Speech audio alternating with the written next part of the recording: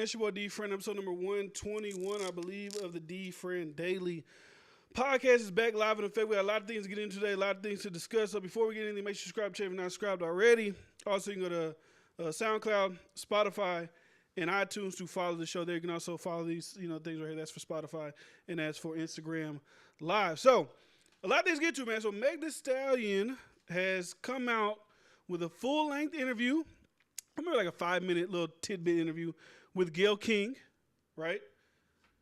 DaBaby, Rolling Stones, new footage. It's a lot, man. So the first thing I do want to get into is the DaBaby situation, right? Because a lot of people are having conversation about it on social media. Is it self-defense? Is it not self-defense? Should he have been tried for murder? All these things like that, right? So I'm going to play the clip, and I want you guys to be the judge of, is this self-defense or not when it comes to a rapper like DaBaby. Let's take a look.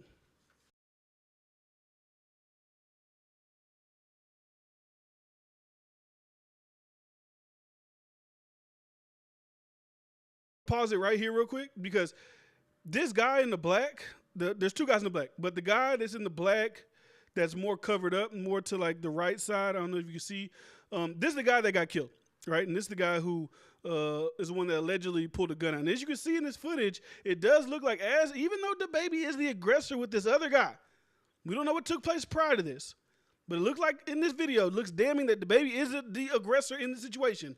This guy does seem to be pulling a gun from his waistband. Let's continue.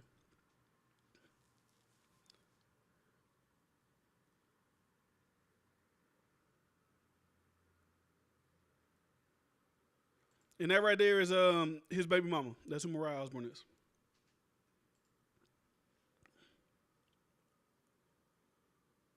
They're going. They're still fighting down the lobby.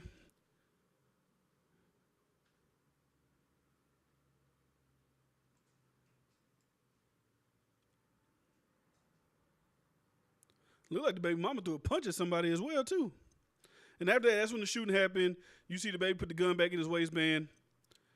And somewhere they said that their kids were there and all this. I don't know where the kids are in the situation. But anyways, that's what happened, right? So this is how I look at it, right? Because, like I said, a lot of people on social media were speculating that, this isn't self-defense. DaBaby is the aggressor in this situation. But this is how I look at it.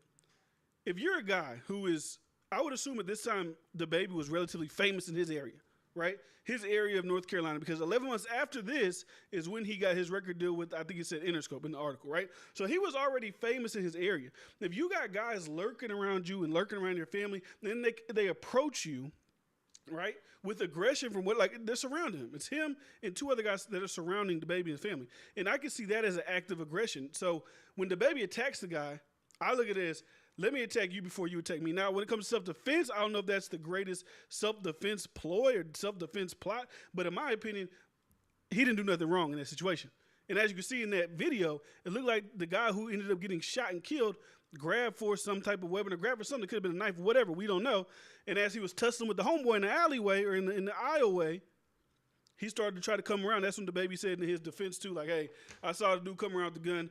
I had no choice but to shoot him. So let me just read the article from Rolling Stone because I don't know if this is an attempted takedown of DaBaby. Rolling Stone has done a lot of little articles about rappers over the past year. The one major one I remember is after X died and they brought up him stabbing somebody at a Deerfield Beach or something. A lot of things, right? So Rolling Stone, they're trying to get the rapper. So anyways, 4 years ago, DaBaby signed a deal with Interscope Records that would change his life. Just 11 weeks prior, he had taken one. At this time, the rapper was a few years shy of global fame, whether for a steady stream of chart-topping songs, Grammy nominations, various brawls, or widespread condemnation last summer, making homophobic remarks. We don't care about the HIV thing. So, in 2018, was another buzzy, cocky North Carolina artist who relied on a local fan base to pass around his YouTube videos and SoundCloud leaks in hopes of landing a major record. So, like I said, he was already famous in, his city. He was already known within his city. I don't even know if he killed this guy. It was pre-diaper, before the diaper at South by South. I don't know what it was, right?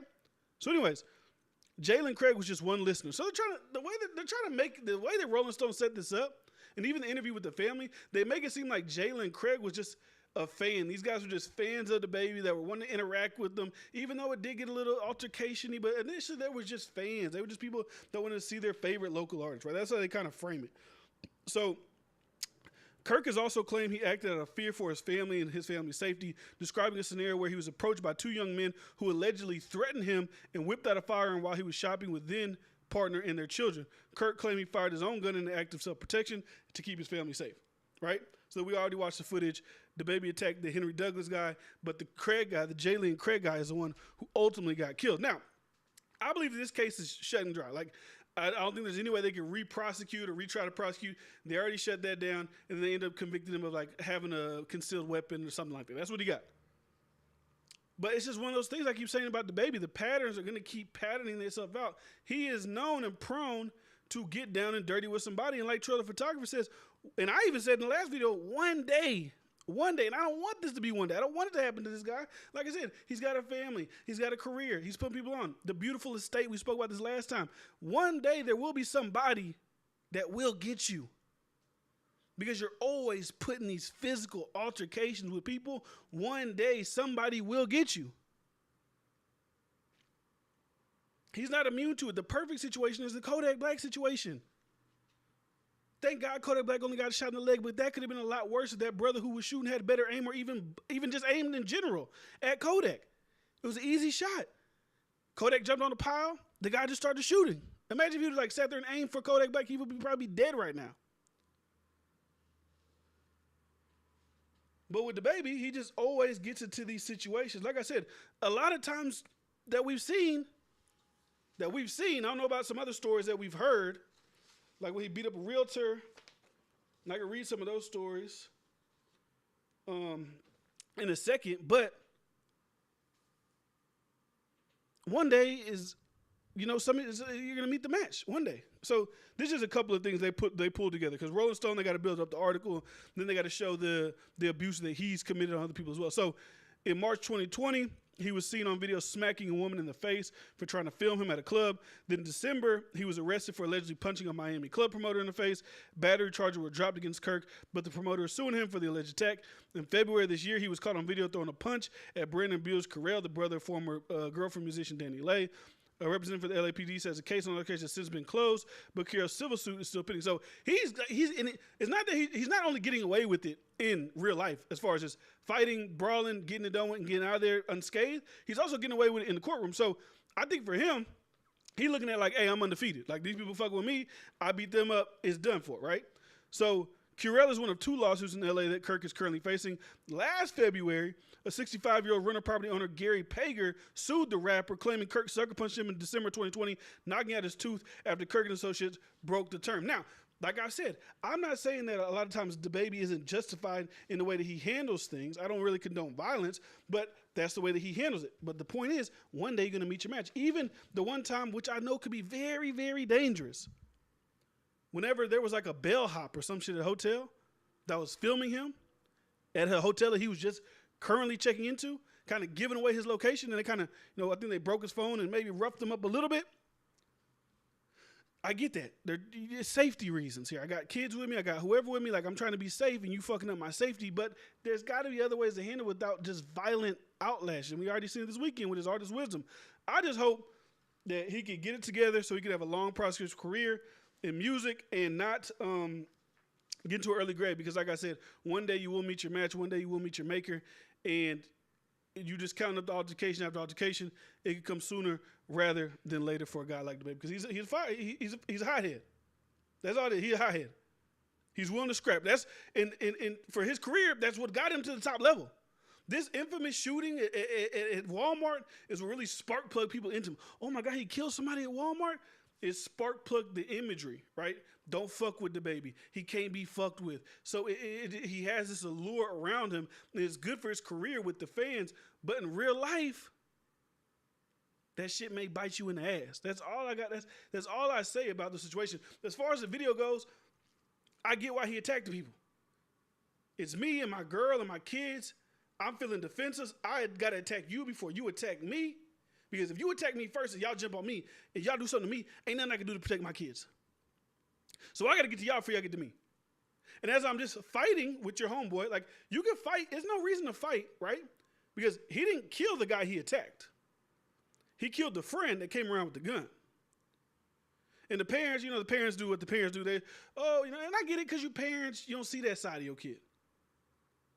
And hearing a guy rapping about killing your kid, I can understand how devastating that could be.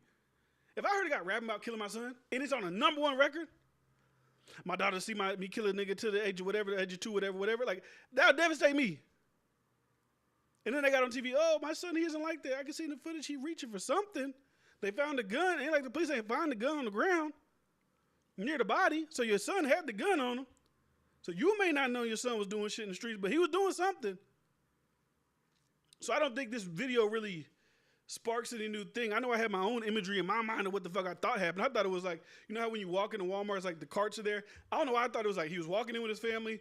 They ran up and tried to rob him, and then he shot. That's how I always envisioned the entire scenario going down. I didn't envision it how it actually went down with the footage that just came out about it. And it's just interesting, man. So let me see what you guys got to say about it. So Trevor Photographer says, North Carolina court system is terrible. I live in North Carolina. I grew up with people who did extremely crazy shit, then be out free a few weeks later. I want to see DaBaby get his get back, to be honest. When you say get his get back, you want to see something that happened to him. But like I said, I don't know about the 65-year-old rental thing. I don't know about I don't condone you hitting a woman anyways. But a lot of the other times we've seen DaBaby attack people, whether it be like, damn, that could get a little sketchy for you, maybe let your entourage do the attacking. It's really people that's fucking with him. Kim Coldheart, rest in peace, was fucking with him. Right? The guy at the club that his entourage, well, that was entourage, that put that guy in a coma, they was fucking with him. I don't know what happened with Wisdom. I don't know. Right? And Danny Lay's brother, he knew when he came around that corner, like you was talking on shit, you got to know, right? You got to know. But like I said, one day you can meet your maker. And when you get in this many physical altercations, it's only a matter of time before your maker comes around that corner. That's all. Just be careful. That's it. Just be careful. So, yeah, I don't know. I think Rolling Stone be trying to get these pieces out, boy. I said somebody's trying to get DaBaby the fuck up out of here, and it looked like something's going on. The gay thing didn't really work. It worked for a little bit. People didn't really give a damn. So I don't know who they're trying to target with this one, the corporate sponsors, the dollars, the this and that. I don't know who they're trying to get. But, the shit piling and piling and piling. He ain't doing himself no favors by attacking his artist last week and getting caught on camera. Who knows what comes with that. So, anyways, y'all know it's time, if you've been watching this channel, for me to talk about at this point, my least favorite topic. But it's got to be talked about because I said I would only talk about it if there was some relevant news going on with the situation going on with the store. And it's Meg Thee Stallion and Tory Lanez. So I was pretty adamant, if you've been watching this channel, about my stance on this entire thing. When it first initially broke, I was making videos about it. I said, hey, Tory Lanez a piece of shit. If he did it, he need to get shit back to Canada, yada, yada, yada. Because in my realm of thinking, I couldn't imagine how he could have done it. There's only 4 people. She got shot. And I was just assuming, everybody said, well, he doesn't want to snitch on anybody, which I think is fucking idiotic and stupid. If the friend of the bodyguard shot her, he would just say, they shot her. They did it, not me. And then it would get handled whatever way it got handled. So Meg Thee Stallion sat down, and she did an interview with Gayle King on CBS this morning. Gayle King is some of the most iconic interviews out, right? She's done the infamous R. Kelly one, and then she had a recent bad one when she was talking about Kobe after he died. But you know who Gayle King is. She's like Oprah's best friend or whatever, right? So I'm going to play a couple of clips that she spoke about in the interview. Pretty much everything that she said, we've been privy to. The only thing that I didn't know about was this one right here, and it refers to the best friend or the former best friend texting Meg's bodyguard when the entire incident took place. Take a listen. Yeah. What else? What happened? In text messages obtained by CBS News, Kelsey Harris, the other woman in the car, texted Megan's security guard saying, help, Tory shot Meg. I really thought that we were all friends. And sometimes I feel like I put the blame on myself because when my mom passed, I just felt like I was looking for some type of family environment, and I was letting so many people in, and I didn't care who it was. I just wanted to feel like I got family and I got people that care about me. And all right, so that's the thing that she's saying, which I'm sure could be proven when they get to court. And a lot of these things, she said she doesn't want to, she said she wants the facts to come out in court. This is the only thing I don't get. The court date set September 15th, yada, yada, yada. I don't know if this is a promotional tool for the new Plan B record that just came out. I don't know. That's what people are saying. But at this point, I would think that Megan would know this and her PR team would know this. She doesn't get any, like, her likability as far as the situation goes doesn't get any better the more interviews that she does. The more interviews that she does, the more people try to poke holes in the story, the more people are able to poke holes in the story, and the worse she ends up looking. If the facts are the facts and the evidence is the evidence, my advice to her would be just let it play out in court. If you really did it, right, and you think that the prosecutors have legitimate evidence that'll get them up out of here, then let it go to trial. Just let it go. So then, if there was a lie, what seemed to be a lie in this entire thing, I would look at this as possibly potentially the biggest lie. This is just me as I'm watching how everything looks, how she's observed, how she's interacting. It was when Gayle King questioned her about her sexual relationship with Tory Lanez. This is what she had to say. Dating? What was the nature of We were not dating. We were really close. We were friends. We hung out like every day. And his mom passed too. So when I felt like we were bonding over that. And did you have an intimate relationship with him? Like sexual? Yeah. Megan, did you have a sexual relationship with Tory Lanez? Yes, that's my question. I didn't have a sexual relationship with Tory. So why do you? So that one to me looks a little bit, sounds even. You got to watch the interview to see like how her facial interaction, because she went from like kind of crying to when the question gets asked and she's looking a little. No, I'm not. Did you? I think you did, right? And to me, the reason she did that, and this is just me speaking here. This is my theory. The reason she did that and said that because that would be a way. That would be one thing I think of the entire, because pretty much everything that's been said has Tory's pretty much addressed, right? But now she's denying the sexual component to their relationship. And Tory Lanez, when he got almost through in the clink, the reason for that was because he said, "I'm in this shit because I was fucking two best friends." And he's talking about Meg Thee Stallion, he's talking about Kelsey. And now she's denying that they had any sexual relationship with each other whatsoever. I think that would be the one thing, because niggas don't like lying on their dick, would be the one thing that would get Tory Lanez to jump and respond. And if that's a trap to get us sent to jail, I mean, I think, like I said, if he really shot her, then obviously she don't give a fuck if he go to jail or not. And if he did really shoot her, I wouldn't give a fuck if he went to jail or not, right? But the thing, when speaking with people, we got to operate on I think the best way to talk about this on social media is that we can all work within the realm of like fact-based things, right? So it is true that they say there was gun residue on the friend and not Tory, which is very suspicious, right? It is true, because we can't say she didn't get shot.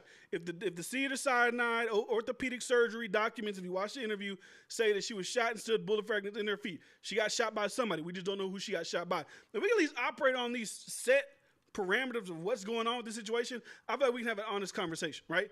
And also something that made me laugh on social media, when people called out her lie. I think this was actually when I watched the Breakfast Club interview, or not the interview, but the Breakfast Club was talking about this. Some of the conversation said, this is the one time I knew that she was lying. This is when I broke the case. When she said she saw Tory Lanez standing over the car window shooting at her, that's when I knew it was a lie. And not because she said in previous IG lives that her back was turned when she was shot at, right? It's because we know it's probably physically impossible for Tory Lanez to stand over a car window, especially SUV window, and shoot her, even if he's standing on the rail, just because of how little he is. It made me think, like, that is a possibility, that could be true, right? So, like I said, I think that's the only thing with, like, there's nothing, this didn't bring anything. I just think for Meg Thee Stallion and her team, this brings her situation to a brand new audience who probably didn't know or gave a fuck about the situation. Mostly it's been like, I mean, it was a national news story, but this just brings more light onto it on her side as the victim, right? So I think this is a new avenue for people to know her story, feel bad for her, feel sympathy for her. And like I said, if she really did get shot, there's nothing wrong with having sympathy for somebody who got shot. And the bad thing for her and the good thing for Tory in this situation, even if Tory is found guilty, after everything that happens, even if the jury says he's guilty, I think the only way anybody will believe either side wholeheartedly is if there's actual video footage. That's the only way. Because even if Tory's guilty, people will point to, well, he didn't have gun residue, he didn't have this, he didn't do that. And even if he's not found guilty, people be like, oh, that's because of this, or that we hate women, or yada, yada, whatever. Like, they'll find a reason on either side. The only way people will be like, this is real, this is exactly what happened, is if somebody got a high-fly doorbell camera or a traffic stop camera that shows Tory Lanez, gun in hand, shooting at Megan. That's the only way people believe it at this point. It's such a polarizing topic. People argue about it in the comment section all day, every day. They shit on you if you believe Meg. They shit on you if you believe Tory. Court date is 9 whatever in September. That's when it all starts. Because let's think to ourselves, all the evidence ain't out there yet. For either side, for Tory or for Meg. And also when I speak about we need to work the perimeter of the facts of what we know, or at least what we've been told as evidence in the courtroom so far in pre-trial hearings. We got to stop with the social media shit. People on social media, well, she can speak about it, but Tory Lanez can't speak. That seems like they're biased. Bro, it doesn't fucking matter what either one of them really say in the public opinion. It'd be smarter for Tory Lanez not to say shit. But since Tory Lanez is the person being charged and Meg Thee Stallion in this situation, whether we know it to be true or not, is the victim in the eyes of the law, they could put a gag order on Tory Lanez and say you can't say shit about the victim. That's in any case that has a person who's the offender and the person who's a victim. That's in any case. Right? And we're not saying, oh, it's not right because of the court, fuck the court of public opinion. They need to wait till they get to court. And it'll be smarter for Tory Lanez not to say shit anyways in public, whether he's trying to defend his name or not, because at this point, people either believe you or they don't. It doesn't matter what you say at this point. It really does not matter at this point. Some people believe you, some people don't. All that matters is if them goddamn 11 to 12, however many they do in California, if them jurors believe you, and if your attorney is able to put the facts and evidence together in a way to get you off. And what it's looking like from the pre-trial evidence, you can see how a jury, without videotape evidence and without the bodyguard and Kelsey just coming out blatantly and be like, yeah, he did it, how he can get off. Because if you tell me and I'm a juror, well, hey, there was no gun residue on my client's hands. His fingerprints weren't on the gun, from what we heard through pre-trial. But they were on this woman's hands, which if you watch How to Get Away with Murder, which is a TV show, but a great TV show, the number one thing a defense lawyer wants to do, a criminal defense lawyer, to create reasonable doubt is just point to another credible suspect. And if in my mind as a juror, I could think that, oh, well, she does have gun residue on her. They were bickering about him having sex. We know women and sex, and this can be very, a heated very thing, moment of passion. Maybe she did grab for the gun and shoot a friend.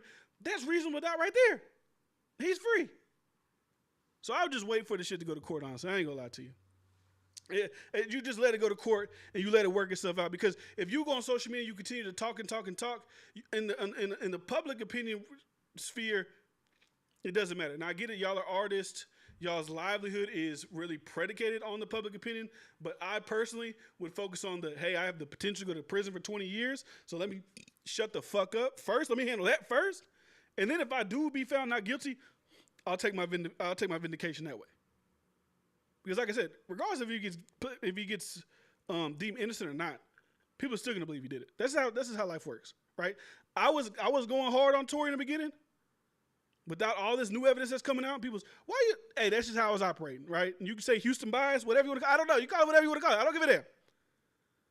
But if they show evidence in court and they show shit like, oh, hey, he didn't do it, and I'll be like, hey, he didn't do it. I ain't got no fucking horse in the race, If he didn't do it, he didn't do it. But then that leads me to the question is, okay, now we got to look at Meg. What do you do with her? Someone asked me this question when I was asking for topics, like, what happens to Meg if it's found out that she's a liar? Should she be dropped from every playlist? Should she be dropped from every award show? Should she be dropped by her label? Should she be like, what should happen to Meg if it's found out? Like, and when I say found out, I mean definitively found out. Because, like I said, I'm not trying to say that Tory did it or he didn't do it. I don't fucking know at this point. But let's not act like there ain't plenty of niggas that did something that have got off. I'm talking about definitively get off. Like the OJ getting off shit. Like, come on. OJ probably killed some people, right? But what happens to Meg? I just don't know. Because I still think there will be a realm of social media that still believes her. If it's not definitive. If it's not like, we see the evidence, there's a video of Kelsey shooting him or the bodyguard shooting. I just feel like that's how social media in today's society kind of goes with the things. Because like I told you, even Jussie Smollett, now there's not a lot of people But it's still people that still defend Jussie Smollett. Just on the fact that America has had an oppressive past to black people, they're like, well, we still give him a pass for lying just because of what happened in America, right? So let me see what y'all got to say. Let me see what y'all talking about in the chat real quick. Let me scroll up some. All right, so we got, and like I said, y'all comment down below. Even after the topic's over, I'll read y'all's comments, and then, we can talk about it. So everyone who she interviewed with turns out to be guilty or lying. He's talking about Gayle King. If she cares more about the court of opinion, that's fishy to me. She's more suspect than dude with the camera. I think you're talking about Trell, the photographer. They got a little beef going on. So anyways, funny how females be smashing dude every day. We got the nerve to call him a friend or brother. That dude did the signs. He is too small. That shit was fucking hilarious when I read it. She cap. If you really a victim, you don't want to keep bringing up the situation. The audio's low? All right. Are they just fishy for a big profile case? Audio low. I just read that. Wow, friend horse in the race. She a terrible representation for Houston. 70 people watching, only 2 likes. Come on now, a little good difference. Like, yeah, let me watch the fucking video. Like the goddamn video. Like, what the fuck are y'all doing? What are you doing here? If you ain't gonna like it, you obviously here still watching it. Like the goddamn video. Salute to Trey, stay lit, man. So, she should face jail time. I mean, hey, I think that sets a precedent that people are out here lying on people, and you found out to be lying on people. I don't know how much jail time that should constitute, but I ain't gonna lie. If I'm Tory Lanez, and this is probably what would happen if Tory Lanez comes out of this unscathed and vindicated. Could you imagine the civil lawsuit that he could levy? Like, imagine how much money Tory Lanez has possibly lost from this entire debacle. Now, I don't know if it's tens of millions, just millions of millions. I don't know. But I'm sure he's lost at least million, 2, 3, 4, 5 million from shows, festivals, whatever, because nobody's fucking with him. Even album sales. Like, his album probably could have done a lot better if he wasn't dealing with this entire situation, because I ain't gonna lie. Off the back of what's that shit he was doing during quarantine? The girls shaking their ass and he was being funny. Quarantine radio shit. His popularity was starting to gain a little bit. He was gaining a little bit more traction. The personality was going to start possibly linking up with the music because he is a talented musician. Like, we can't deny that. We're not going to say the guy isn't talented. He's a talented rapper, singer, whatever he is, songwriter, whatever. He's talented. So I can see a very hefty civil lawsuit as well if he does get off of this case. If they knew for a fact he'd done it, he would be in jail. That's not how the justice system works. It's just like, if you have to go to, even if they have evidence on you and you're granted bail, they still someday have to go to trial with it. You know what I'm saying? Because there's people who they know have murdered people in other states and they get bail still before they go to trial. So, that doesn't mean he'd be in jail if they knew for a fact he did it. There's plenty of niggas that we've seen kill people on video and judges just, by the law, hey, your bail set of $1 million, and if you could pay that $100,000, you're gonna be walking down the road the next day. That defamation suit is gonna crush her. If he goes that route, he probably won't, to be honest. Maybe he not. Maybe he'll take the approach of like, I've been vindicated by the law. I want to put this behind me, and I just want to move on my music career. Shout out to the umbrellas that have been fucking with me since day one. Shout out to everybody that supported me from day one, and to all the people who doubted me. I hope now that you see what's really going on out here, we can just move forward and have like on some like peaceful, positive type shit. Just because that'll just be a good look for him. So I think that he means that they would have had the trial and convict him. But that doesn't happen either. Because like I said, we've seen people that have killed people that will still say they are not guilty in court, get bail, and you have to wait for the trial. Like, their trial shit been pushed back. We all know COVID been pushing shit back. Shit, look at like fucking Taxstone. Like, we seen the video of Taxstone, right? He been in jail for 5 years and he ain't been to trial yet. Now, he didn't get a bail because he has prior felony convictions and shit like that. But shit, if he didn't have prior felony convictions, he was able to get a bail, he'd probably be walking the streets. And we seen the video of what he did, right? He been locked up for 5 years now. If I'm Tory, I'm throwing the biggest party a week straight, and I'm bashing Meg the whole time. And my next album is Tory versus Meg. If that's, like I said, if he gets vindicated like that, that's the way he wants to go with it, then that is his right in every way. Taxstone case fishing, to be honest. He let her better go crazy if you win. But I think it's New York why he locked up. Yeah, New York is a lot stricter with guns and all this shit like that. But if you think about this, Troy Ave was charged with something in that, and Troy Ave was able to get bail, and he's walking around free. Right? So it's not always like, oh, we know you're guilty for sure. We're going to lock you up. It's, hey, when can we start the trial? Do you get bail? Are you pleading guilty or not guilty? And then we go along, with the legal process. So anyways, and those are two of the biggest stories, right? DaBaby shit was crazy because we've never officially seen that video before. And then obviously the Meg shit is a polarizing topic. Everybody hops on it. Everybody wants to discuss it. New video, new interview. Was she crying? Was she really not crying? At this point, like I said, I don't fucking know. September's coming up really soon, and the evidence will be laid out. The prosecution thinks they have good evidence against them. The defense thinks they have a good case against a thing. Because it's not even like a Meg versus Tory. Meg's a victim. She didn't press charges against Tory. L.A. is the one, or the state of Los Angeles is the one who picked up the charges on Tory Lane. They feel like they have sufficient evidence. We'll see what happens in September. And hopefully Tory's able to contain himself and not say something. Because if Tory says something one more time, you can be sure that judge throwing his ass in jail. He not fucking around. All right, I'm throwing you in jail. You can't control yourself, you're going to jail. So anyways, I want to talk about more, I want to follow up with this shit. Because the more this shit come out, the more I'm interested in this shit. And I'm not interested in it for the gang aspect of it. I mean, hold on, we'll get into this in a second. I just spoke about this. It's not crazy because that's just the law. Like I said, we just got to know how this shit works. She's the alleged victim. She can speak about it. She can do interviews about it. She can do documentaries about it. He is the alleged offender. And this is just in any case around America. If the offender is seen to be harassing the alleged victim, they're going to get him. They're going to tell him shut the fuck up every single time. Every time. That's how it is. Now, is it smart for Meg to keep talking and allowing the defense of Tory Lanez to be able to get her different aspects of her story? Well, over here she said the back was turned. Over here she said everybody was arguing. But in this interview she only said the two people in the back were arguing. In this interview they said, like, she shouldn't be talking either. She don't make it better for herself. But just court speaking, legally speaking, that's typically how it goes when we have an offender speaking about a victim in a case, whether he's been proven guilty or not. That's typically, how it goes, right? Anyways, like I said, I want to speak about this shit because the shit got a little bit more interesting yesterday. So we've been tuning into this Hassan Campbell and this fucking Whack 100 shit, right? And now this shit done got a little bit more mischievous, right? It got a little bit more devious. So at first the little gay tape thing came out, right? And I wouldn't do that. I would consider that kind of suspect, right? And this hasn't been proven fact to get here or no, it's happened or hasn't happened. He said he's going to release the tape. People want the tape, whatever, right? But now, I think Hassan Campbell brought it to another level because I know people in the streets, they like to say, oh, this is street shit. It can't be whatever. But when the gangsters and the street guys are exposing all they shit to social media, at that point, it's a free-for-all.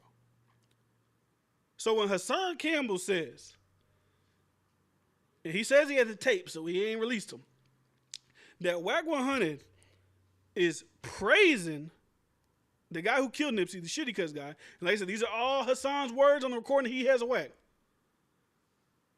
And he's claiming that it was people inside the gang that Nipsey was a part of that labeled Nipsey a snitch, what made Shitty Cuts go kill him, and it was a hit. It makes the plot thicken, right? And I don't know if this is a fucking thing between Hassan and Whack to elevate their profiles, get them talked about a lot more. Because Hassan, he's selling the shit all the way. He's going full capitalist, give me the money. I'm releasing the audios on my Patreon. Y'all sign up for my Patreon if y'all want the exclusive audio. He's selling it. He's selling it. He's profiting off of it in many ways, more ways than one. Whether it be YouTube or whether it be Patreon, he's going to profit off the situation. So that's what makes people think, is it a thing? Is it a setup? Is it a fucking thing? But it would be interesting to see if Nipsey Hussle was killed because people in his organization labeled him a snitch because what they're saying, labeled him a snitch because he was trying to work with the police to bring unity between the police and black people. Hey, stop killing black people. Let's figure out something in the neighborhoods. Let's do this. I don't see how that's a snitch. Like I said, I'm not in the streets, so I don't know if speaking to the police in any way, shape, or form is considered being a snitch. And then the fact that it's come out that the shitty cuz guy and Nipsey grew up together. I don't know if they close homeboys, they best friends, but they grew up together. And he's the one that killed him. And as soon as he killed him, he went to a mental hospital. It does kind of seem and look, you can connect the dots to it. You can lead a horse to water to believe that it does look like a coordinated effort to take out Nipsey Hussle. Because you got to think at that time, I feel like this is like Nipsey's been known, right? But let's be honest. Nipsey, to me, in my opinion, he's probably big in LA. I know he's big in LA. But he didn't really hit that mainstream level until Victory Lap came out. In the way that Hassan Campbell drew it up, right, makes it seem like the people in power of the gang that he's affiliated with didn't like that he was becoming bigger than the program. He was becoming bigger than whatever. So it seems like jealousy was involved, if it was indeed a hit. Now, until he actually releases the audio of Wack saying whatever Wack's saying, whatever conclusions you want to draw, whatever he's saying, at this point, it's all still alleged. But it made me wonder, and I'm not in the streets. I don't condone violence. I don't condone people getting killed.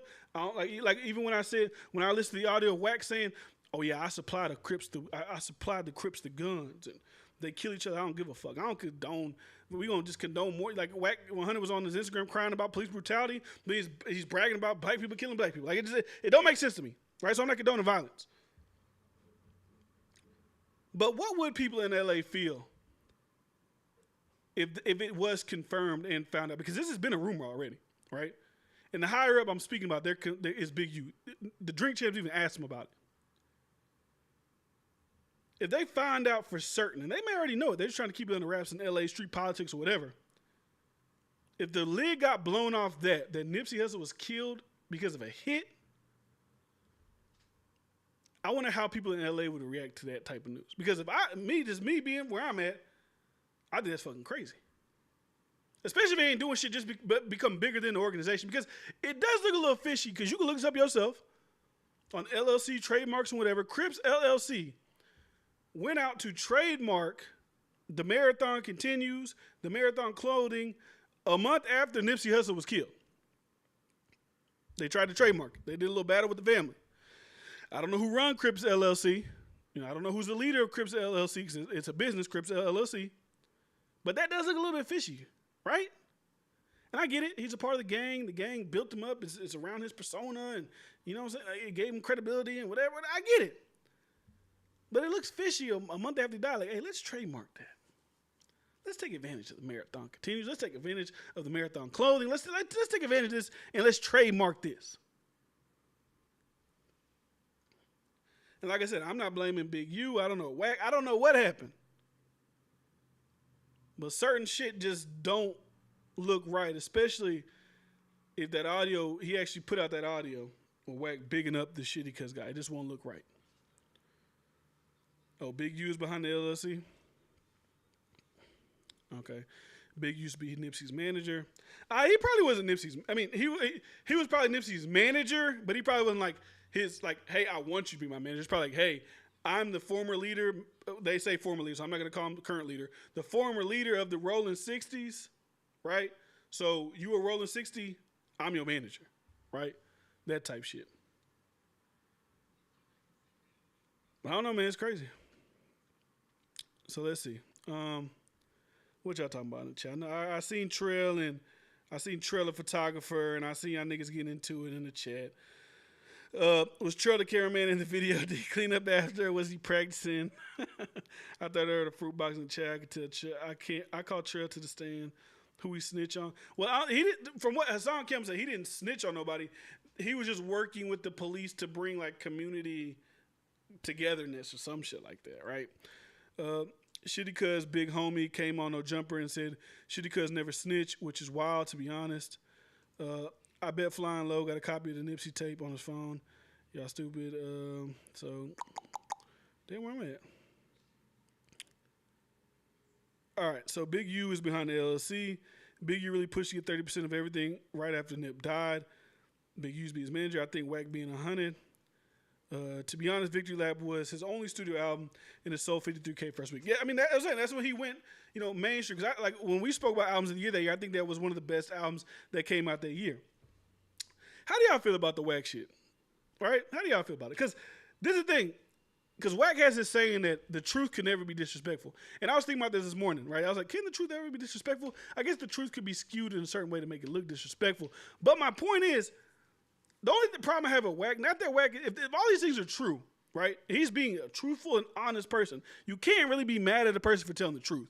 My only thing was that is, even if you know truths about people, right? Secrets about people that not a lot of people know.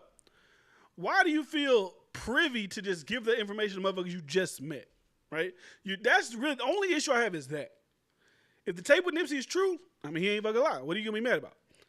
If everything else he says is true, you really can't be mad at that. I think the only thing I was looking at is that he's telling people these secrets to motherfuckers you just met. So to me, it would make me feel like if I knew Wack and if Wack knew my secrets, that he would just tell anybody he just fucking met anything about me. Whether it's the truth or not, it's like, goddamn, hold some water for me.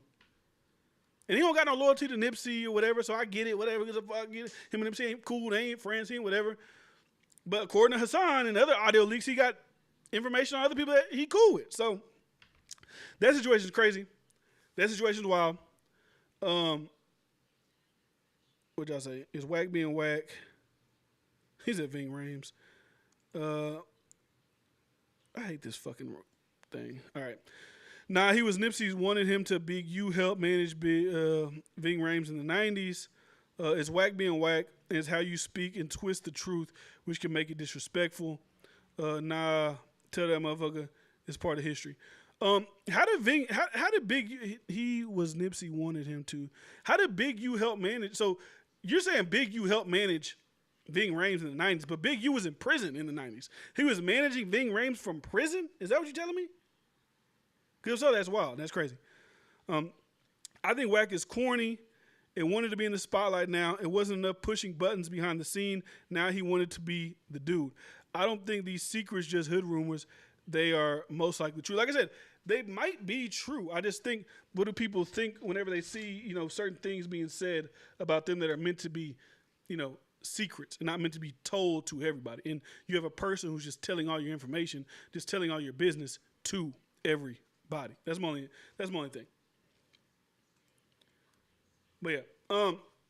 So the last thing I want to talk about is still within LA. It's like I said, I promise, because I know you street niggas get out here, y'all be like, why are y'all speaking about street politics? I'm not speaking about street politics, nigga. I'm speaking about behavior.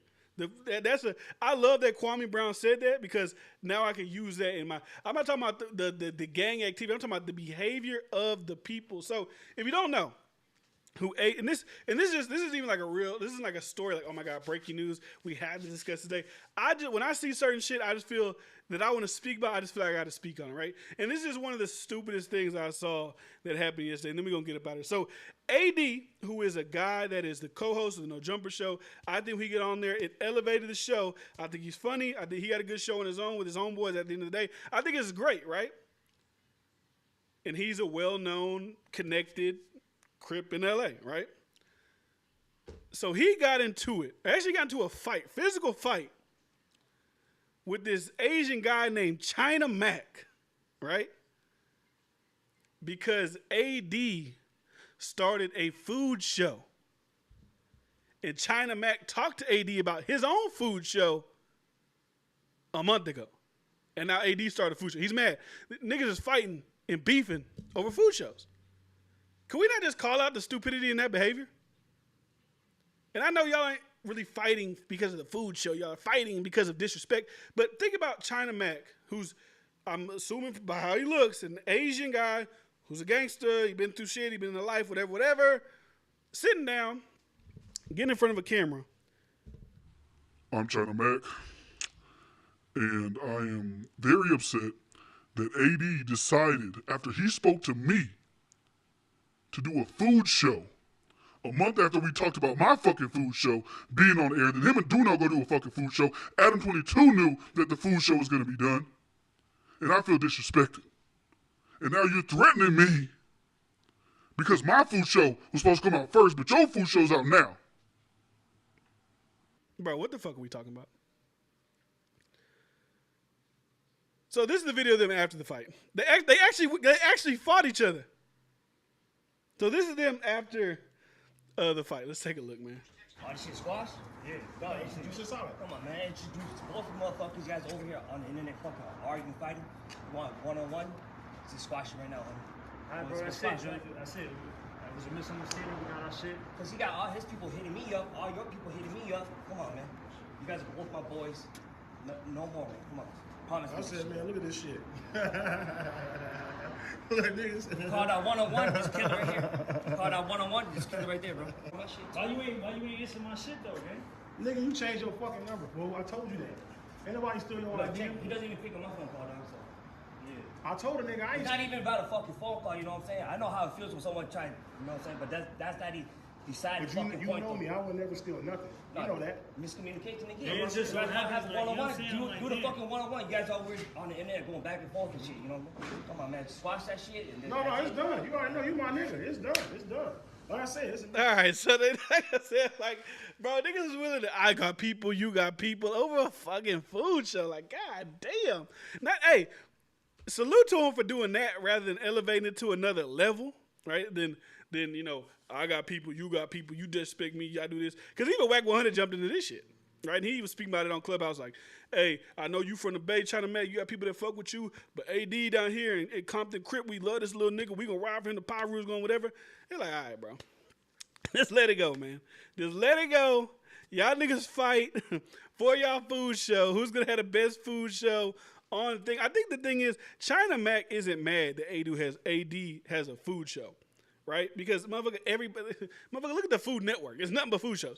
Like this concept of you going to eat food and film it is not a concept that is foreign to the world. Like, oh my, this is some fucking thing that this Asian man just created out of thin air. You know what I'm gonna do? I'm gonna sit down, I'm gonna film myself eating food and let you know how the food is. There's no fucking concept that's never been done before. I think he's mad because, one, AD is a part of No Jumper. The food show is on No Jumper on the channel with 4 million followers, so it's gonna get viewed exponentially more times than his show. That's really what the core of what they're actually fighting about, at least what China Mac is actually mad about. He's not mad that he decided that he talked to AD about getting a food show a month later, and then AD and Duno, because I'm watching No Jumper podcast. That motherfucker been talking about a food show forever. They've been editing that first episode of the food show for about 2 months now. So that was just something I had to talk about because that shit was funny. I was going to speak about this girl who got killed by her grandmama and her mom, but it was a little bit dark. I didn't want to end off with darkness. So I might touch on that tomorrow. I might speak about it tomorrow. So make sure you subscribe. Make sure I'm post notifications. Not subscribed to the channel already. You can also get the show on SoundCloud, Spotify, and iTunes. Search up D-Fran Daily if you want to listen to audio versions only. And possibly, potentially, by tomorrow, this is news you should know, possibly, potentially, by tomorrow, Elon Musk will be the official owner of Twitter. They're in discussions right now to reach a deal for him to be the biggest or the only owner of Twitter, take it private. He can do whatever he wants to do with Twitter. And if you got to think about today's society, if you own Twitter, you own the conversation. Let's just keep it a buck. If you own Twitter, you own the conversation. But I just don't know if Elon Musk is ready for the level of scrutiny he's going to get by being the owner of Twitter. Because now you got to worry about, okay, I can't make this side mad by censoring them. I can't censor this side. It's just a lot of things that go into owning Twitter.